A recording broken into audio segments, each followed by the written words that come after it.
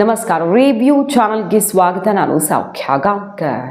ದೇಶದಲ್ಲೊಂದು ಭಾರಿ ಕಾರ್ಯಾಚರಣೆ, ನಿಜವಾಗಿಯೂ ಏನು ನಡೀತಿದೆ ದೇಶದಲ್ಲಿ ಅನಿಸೋ ಮಟ್ಟಿಗಿನ ಭಾರಿ ಕಾರ್ಯಾಚರಣೆಗೆ ಮೋದಿ ಅಮಿತ್ ಶಾ ಕೈ ಹಾಕಿದ್ದಾರೆ. ಈ ಕಡೆ ಯೋಗಿ ಆದಿತ್ಯನಾಥ್ ಅವರ ವೇಗವಂತೂ ಬೆಚ್ಚಿ ಬೀಳಿಸ್ತಾ ಇದೆ. ಮಸೀದಿಗಳ ನೆಲಸಮ ಪ್ರತಿಪಕ್ಷಗಳು ಸಿಡಿದೆದ್ದಿದ್ದಾರೆ. ಹಾಗಾದರೆ ಡೈರೆಕ್ಟ್ ಮಸೀದಿಗಳ ಕೈ ಹಾಕಿರೋದು ಯಾಕೆ? ಒಂದು ಸಮುದಾಯದ ಧಾರ್ಮಿಕ ಕೇಂದ್ರಗಳನ್ನು ನೆಲಸಮ ಮಾಡೋದಕ್ಕೆ ಅವಕಾಶ ಇದೆಯಾ? ಏನು ಹೇಳ್ತಿದೆ ಕೇಂದ್ರ ಸರ್ಕಾರ? ಹಾಗಾದರೆ 14, 15, 20, 23 BJP ಆಡಳಿತದ ರಾಜ್ಯಗಳಲ್ಲಿ ಇದೇನಾಗ್ತಿದೆ ಡೀಟೇಲ್ಸ್ ಇಡ್ತಾ ಹೋಗ್ತೀವಿ. ಮಿಸ್ ಮಾಡಿದ್ರೆ ನಮ್ಮ ಚಾನಲ್ನ ಸಬ್ಸ್ಕ್ರೈಬ್ ಮಾಡಿ, ನಿಮ್ಮ ಅಭಿಪ್ರಾಯ ಕಮೆಂಟ್ ಮಾಡಿ ತಿಳಿಸಿ. ಮೋದಿ ಅಮಿತ್ ಶಾ ಅವರ ಕಾರ್ಯಾಚರಣೆ 23 ಮಸೀದಿಗಳ ನೆಲಸಮ ಆಗಿದೆ ಕಳೆದ ಕೆಲವು ದಿನಗಳಿಂದ. ಬರೀ ಮಸೀದಿ ಅಲ್ಲ, ಮಸೀದಿ, ಮದ್ರಸಾ, ಏನು ಈದ್ಗಾಜು ಹಾಗೆ ದರ್ಗಾಗಳು ಇದೆಲ್ಲ ಡೆಮಾಲಿಷ್ ಆಗಿದೆ 45 ದಿನಗಳಲ್ಲಿ. ಅಂದರೆ 1.5 ತಿಂಗಳಲ್ಲಿ BJP ರೂಲ್ಡ್ ಸ್ಟೇಟಲ್ಲಿ ಈ ರೀತಿ ಬೆಳವಣಿಗೆ ಒಂದು ಆಗಿರೋದು. ರಾಜಸ್ಥಾನ್ ತಗೊಳ್ಳಿ, UP ತಗೊಳ್ಳಿ, ಬೇರೆ ಬೇರೆ ಕಡೆಗಳಲ್ಲಿ ಈ ಕಾರ್ಯಾಚರಣೆ ಆಗ್ತಿದೆ. ಏನಕ್ಕೆ ಹಾಗಾದರೆ ಒಂದು ಸಮುದಾಯ ಟಾರ್ಗೆಟ್ ಮಾಡ್ತಿದ್ದಾರೆ? ಯಾಕೆ ಮಸೀದಿಗಳನ್ನು ಹೊಡಿತಿದ್ದಾರೆ ಅಂತ ಒಂದಿಷ್ಟು ಪ್ರೊಟೆಸ್ಟ್ ಶುರುವಾಗಿದೆ. ಹಿಂದೂಗಳು ಇದನ್ನು ವಿರೋಧಿಸ್ತೀವಿ ಅಂತ ಕೆಲವರೆಲ್ಲ ಸಪೋರ್ಟಿಗೆ ಬಂದಿದ್ದಾರೆ. ಅವರೆಲ್ಲ ಕಾಂಗ್ರೆಸ್ನವರು, ಒಂದು ಗೊತ್ತು ನಮಗೆ, ಜಾಸ್ತಿ ಆಟ ಆಡಬೇಡಿ ಇಲ್ಲಿ ಅಂತ ತಿರುಗಿಸ್ಕೊಟ್ಟಿದ್ದಾರೆ BJP ಅವರು. ಏನಾಗ್ತಿದೆ ಹಾಗಾದರೆ? ಪಾಕಿಸ್ತಾನದಿಂದ ಲಿಂಕ್ ಹೊಂದಿದ್ವಂತೆ ಮಸೀದಿಗಳು. ದೇಶದ ಭದ್ರತೆಗೇನೆ ಆತಂಕಕಾರಿಯಾಗುವಂತಹ ಬೆಳವಣಿಗೆಗಳು ಮಾಹಿತಿ ಗೃಹ ಸಚಿವಾಲಯಕ್ಕೆ ಸಿಕ್ಕಿದೆ, ಅಮಿತ್ ಶಾ ಅವ್ರಿಗೆ ಸಿಕ್ಕಿದೆ. ತಡ ಮಾಡದೆ ನೋಡಿ 12 ಮಾಸ್ಕ್ಗಳು ಈಗಾಗಲೇ ಡೆಮಾಲಿಷನ್ ಆಗಿದೆ. ರಾಜಸ್ಥಾನದ 2 ಜಿಲ್ಲೆಗಳಲ್ಲಿ ಭರ್ಜರಿ ಕಾರ್ಯಾಚರಣೆ ಆಗಿದೆ. ಯಾಕಂದ್ರೆ ಇದು ದೇಶದ ಭದ್ರತೆಗೆ ಧಕ್ಕೆಯಾಗುವಂತಹ ಡೆವಲಪ್ಮೆಂಟ್ ಅಂತ.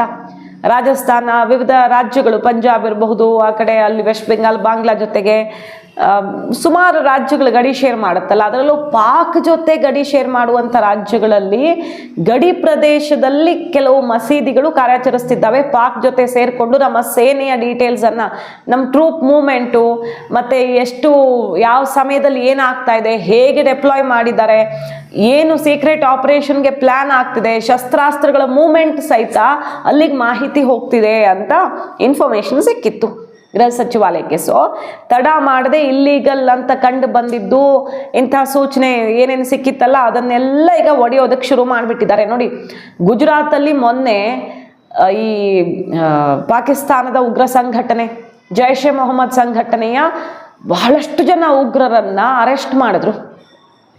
ಈಗ ಗುಜರಾತ್ ಆದಮೇಲೆ ಡೆಲ್ಲಿಯಲ್ಲೂ ಇದೇ ರೀತಿ ಟೆರರ್ ಮಾಡೆಲ್ಲು ಬರ್ಸ್ಟ್ ಆಗಿದೆ.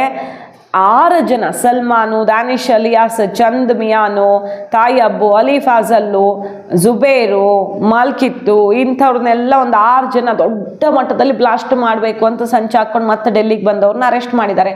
ಸೊ ಎಗ್ಗಿಲ್ಲದೆ ಭಾರತದ ಒಳಗಡೆ ಪಾಕಿಸ್ತಾನ ಕಾರ್ಯಾಚರಣೆ ಮಾಡ್ತಿದೆ. ಪಹಲ್ಗಾಮ್ ದಾಳಿಯ ಬಳಿಕ ಅವರ ಎಲ್ಲ ಸೇನಾ ನೆಲೆ ಛಿದ್ರ ಮಾಡಿ ಬಂದ ಮೇಲೆ ಭಾರತ 4 ದಿನಗಳಲ್ಲಿ ಭಾರತದ ಒಳಗಡೆ ದುಷ್ಕೃತ್ಯ ಹೆಂಗಿರಬೇಕು ಅಂದರೆ ಒಂದೇ ಸಲ ಇಡೀ ದೇಶ ನಲಗಿಸ್ಬಿಡ್ತೀವಿ ಅಂತ ನಿಂತಿದೆ ಪಾಕಿಸ್ತಾನ. ಪದೇ ಪದೇ ಗಣರಾಜ್ಯೋತ್ಸವ ಟೈಮಲ್ಲಿ ಎಷ್ಟು 1000 kg ಸ್ಫೋಟಕ ವಶಪಡಿಸ್ಕೊಂಡಿದ್ದು ನೆನಪಿದೆ ನಿಮಗೆ? ಎಂಥ ಅನಾಹುತ ತಪ್ಪಿಸಿದ್ರು ಅಂತ. ಡೆಲ್ಲಿ ಬ್ಲಾಸ್ಟ್ ಒಂದು ಆಗ್ಬಿಡುತ್ತಲ್ಲ, ಆ ಟೈಮಲ್ಲಿ ಇನ್ನೂ ದೊಡ್ಡ ಬ್ಲಾಸ್ಟ್ಗಳು, ಸರಣಿ ಬ್ಲಾಸ್ಟ್ಗಳು ಪ್ಲಾನ್ ಆಗಿದ್ವು, ಅದೆಲ್ಲ ವಿಫಲಗೊಳಿಸಿದ್ರು. ಇಂಥದ್ದೆಲ್ಲ ಪ್ಲಾನ್ ಆಗ್ತಿದೆ. ಮತ್ತು ಗಡಿಯಲ್ಲಿರೋ ಮಸೀದಿಗಳ ಮೂಲಕ ಸೈನಿಕರ ಕಾರ್ಯಾಚರಣೆ ತಿಳ್ಕೋತಿದ್ದಾರೆ. ಇದೆಲ್ಲ ಗೊತ್ತಾಗ್ತಿದ್ದಂಗೆ ಮುಲಾಜಿಲ್ಲದೆ ಕಿತ್ತು ಬಿಸಾಕ್ತಿದ್ದಾರೆ. ಈಗ AIMIM, ಕಾಂಗ್ರೆಸ್ನವರು, SP ಅವರು ಎಲ್ಲ ಇದನ್ನು ಖಂಡಿಸ್ತಿದ್ದಾರೆ. ಹೆಂಗೆ ನೀವು ಒಂದು ಸಮುದಾಯ ಟಾರ್ಗೆಟ್ ಮಾಡ್ತೀರಿ? ಇದು ನ್ಯಾಚುರಲ್ ಜಸ್ಟಿಸ್ ಅನ್ನೇ ಗಾಳಿಗೆ ತೋರ್ತಿರುವಂತಹ ಪ್ರಕ್ರಿಯೆ ಅಂತ ಮುಗಿಬಿದ್ದಿದ್ದಾರೆ. ಬಟ್ ತಲೆ ಕೆಡಿಸ್ಕೊಳ್ತಾ ಇಲ್ಲ. ಸಿಕ್ಕಾಪಟ್ಟೆ ದೊಡ್ಡ ಮಟ್ಟದಲ್ಲಿ ಬುಲ್ಡೋಸರ್ ಸದ್ದು ಮಾಡ್ತಿದೆ. ಎಲ್ಲೆಲ್ಲಿ ಎಷ್ಟೆಷ್ಟಾಗಿದೆ ಅಂತ. ಫಲೋಡಿ ಭಾಗದಲ್ಲಿ ದರ್ಗಾಗಳನ್ನು ತೆಗೆದಿದ್ದಾರೆ. ಜೈಸಲ್ಮರು, ಬಾರ್ಮರು, ಇಲ್ಲೆಲ್ಲ 9-10 ಮಸೀದಿಗಳನ್ನು ಡೆಮಾಲಿಷ್ ಮಾಡಿದ್ದಾರೆ. ನ್ಯಾಷನಲ್ ಸೆಕ್ಯೂರಿಟಿ ಗ್ರೌಂಡ್ಸ್ ಮೇಲೆ ಈ ರೀತಿ ಮಾಡ್ತಿದ್ದಾರೆ. ಬಟ್ ನಿಜವಾಗಿ ಸಾಕ್ಷಿ ಏನಿದೆ ಇವ್ರ ಹತ್ರ? ನ್ಯಾಷನಲ್ ಸೆಕ್ಯೂರಿಟಿಗೆ ಮುಸ್ಲಿಮರು, ಈ ಮಸೀದಿಗಳು ಥ್ರೆಟ್ ಆಗಿದೆ ಅನ್ನೋದಕ್ಕೆ ಸಾಕ್ಷಿ ಕೊಡದೆ ಇಂಥ ಕೆಲಸ ಮಾಡ್ತಿದ್ದಾರೆ BJP ಸರ್ಕಾರ ಅಂತ ಮುಗಿಬಿದ್ದಿದ್ದಾರೆ. ಓನ್ಲಿ ಮುಸ್ಲಿಂ ಪ್ಲೇಸಸ್ ಅನ್ನೇ ಯಾಕೆ ಟಾರ್ಗೆಟ್ ಮಾಡಲಾಗ್ತಿದೆ ಅನ್ನುವಂಥ ಪ್ರಶ್ನೆಯನ್ನು ಅವರು ಇಡ್ತಿದ್ದಾರೆ. ನೋಡಿ ಅಲ್ಲಿ ಜೂನ್ 12ಕ್ಕೆ ಸಿಕ್ಕಾಪಟ್ಟೆ ಕಾರ್ಯಾಚರಣೆ ಆಗಿದೆ. ನೋಟಿಸು ವಾಲ್ ಮೇಲೆ ಪೋಸ್ಟ್ ಮಾಡ್ತಾರೆ ಗಂಜ್ ಶಾಹಿದಾ ಮಾಸ್ಕ್ಗೆ ವಾರಣಾಸಿಯಲ್ಲಿ. ಅಲ್ಲಿ ಇಲ್ಲಿಗಲಿ ಕನ್ಸ್ಟ್ರಕ್ಟೆಡ್ ಅನ್ನೋ ಕಾರಣ ಕೊಡಲಾಗಿರುತ್ತೆ. ರೈಲ್ವೆ ಲ್ಯಾಂಡನ್ನು ಒತ್ತುವರಿ ಮಾಡಿ ಮಸೀದಿ ಕಟ್ಕೊಂಡಿದ್ದಾರೆ, ನೋಟಿಸ್ ಕೊಟ್ಟಿರ್ತಾರೆ, ವೆಕೇಟ್ ಮಾಡಿ ಅಂತ ಹೇಳಿರ್ತಾರೆ. ಜೂನ್ 20 ತನಕ ಡೆಡ್ಲೈನ್ ಕೊಡ್ತಾರೆ.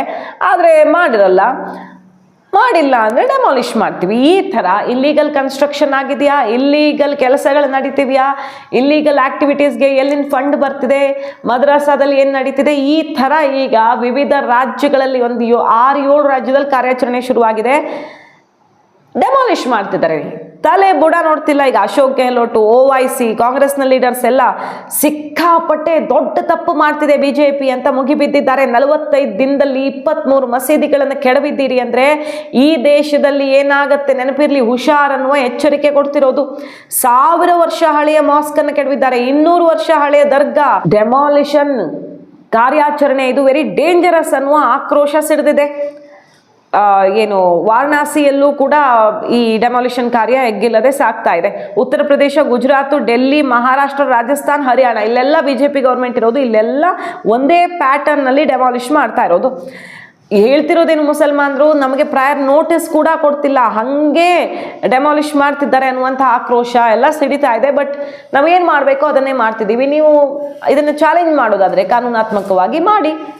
ಇಲ್ಲಿ ಏನು ಅಕ್ರಮ ಆಗಿದೆ, ಏನು ನಿಯಮ ಬಾಹಿರ ಚಟುವಟಿಕೆಗಳಾಗಿವೆ ಸಾಬೀತು ಮಾಡ್ತೀವಿ ಅಷ್ಟೇ ಅನ್ನುವಂಥ ಡೈರೆಕ್ಟ್ ಮೆಸೇಜ್ ಮೋದಿ, ಶಾ, ಯೋಗಿ ಆದಿತ್ಯನಾಥ್ ಕಾರ್ಯಾಚರಣೆ ಬೆಚ್ಚಿ ಬೀಳಿಸಿದೆ. ಈಗ ಇನ್ನು ರಾಮ ಮಂದಿರ ವಿಚಾರಕ್ಕೆ ಬಂದರೆ, ಈಗಾಗಲೇ ಇನ್ವೆಸ್ಟಿಗೇಷನ್ನಲ್ಲಿ ಬ್ಯಾಕ್ ಟು ಬ್ಯಾಕ್ ಸೀಕ್ರೆಟ್ಸ್ ಎಲ್ಲ ಹೊರಗಡೆ ಬರ್ತಿವೆ. ಯಾರು ಹೆಂಗೆ ಪ್ಲ್ಯಾನ್ ಮಾಡಿದ್ರು, ಎಲ್ಲಿ ಸಾಮಾನುಗಳನ್ನ ಅಡಗಿಸಿಟ್ಟಿದ್ರು, ಕದ್ದಿದ್ದ ಆಭರಣ, ದುಡ್ಡು ಎಲ್ಲಿ ಹೋಗಿತ್ತು, ಅದರ ರಿಕವರಿ ಎಲ್ಲ ಆಗ್ತಿದೆಯಲ್ಲ.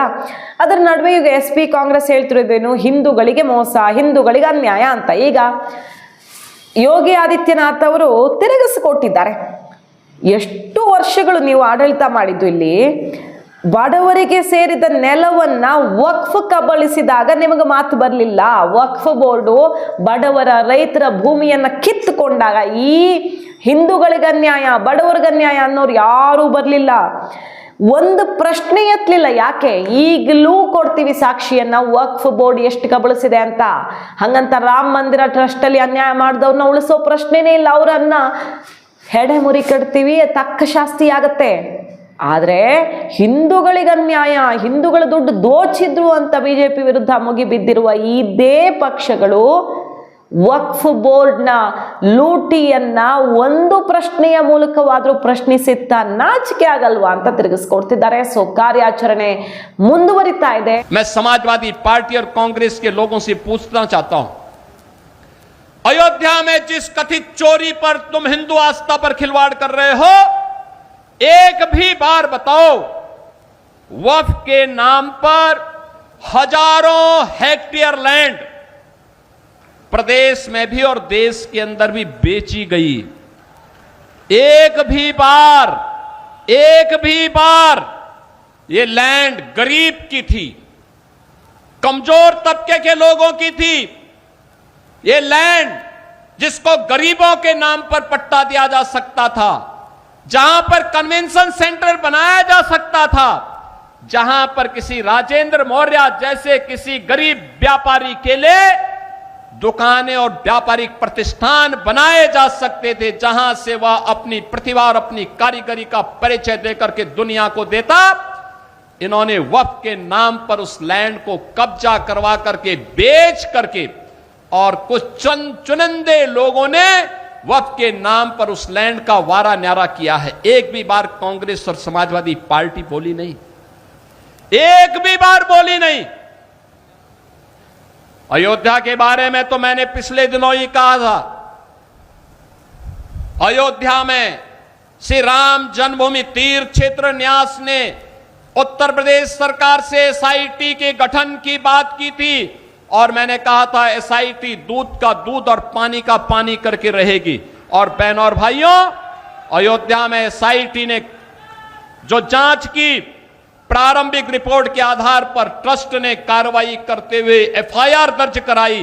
FIR के आधार पर जिनके खिलाफ साक्ष्य थे उसके आधार पर कार्रवाई भी हुई है।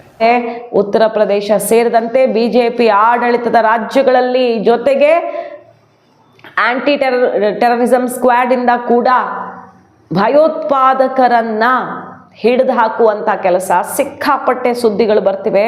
ಅಷ್ಟು ಜನ ನುಸುಳಿದ್ದಾರ ದೇಶದ ಒಳಗಡೆ, ಹಾಗಾದ್ರೆ ಅಥವಾ ಇಲ್ಲಿನವರನ್ನೇ ಕನ್ವರ್ಟ್ ಮಾಡಲಾಗಿದೆಯಾ ಭಯೋತ್ಪಾದಕರ ರೂಪದಲ್ಲಿ? ಉತ್ತರ ಸಿಗಬೇಕು. ಡೇಂಜರಸ್ ಡೆವಲಪ್ಮೆಂಟ್ ಆಗ್ತಿದೆ, ಪಾಕ್ ಮತ್ತೆ ಬಾಲ ಬಿಚ್ಚಿದೆ ಅನ್ನೋದು ಸತ್ಯ. ಮಾಹಿತಿ ಇಷ್ಟ ಆಗಿದ್ರೆ ಮಿಸ್ ಮಾಡಿದ್ರೆ ನಮ್ಮ ಚಾನಲ್ನ ಸಬ್ಸ್ಕ್ರೈಬ್ ಮಾಡಿ, ನಿಮ್ಮ ಅಭಿಪ್ರಾಯ ಕಮೆಂಟ್ ಮಾಡಿ ತಿಳಿಸಿ. Thank you.